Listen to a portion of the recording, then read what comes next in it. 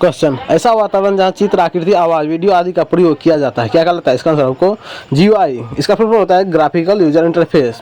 तो कंप्यूटर पर किसी भी कार्य करने के लिए उपलब्ध चित्रमय माध्यम को ग्राफिकल यूजर इंटरफेस कहते हैं।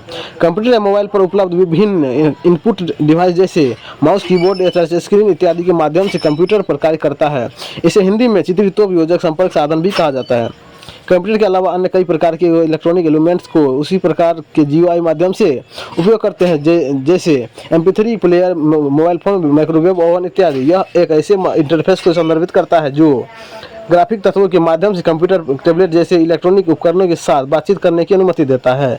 वह 2014 के अनुसार सबसे लोकप्रिय माइक्रोसॉफ्ट विंडोज और मैक ओएस जैसे मोबाइल उपकरणों की बात करें तो एप्पल के iOS और गूगल एंड्रॉयड इंटरफेस का व्यापक रूप से उपयोग किए गए जीयूआई हैं।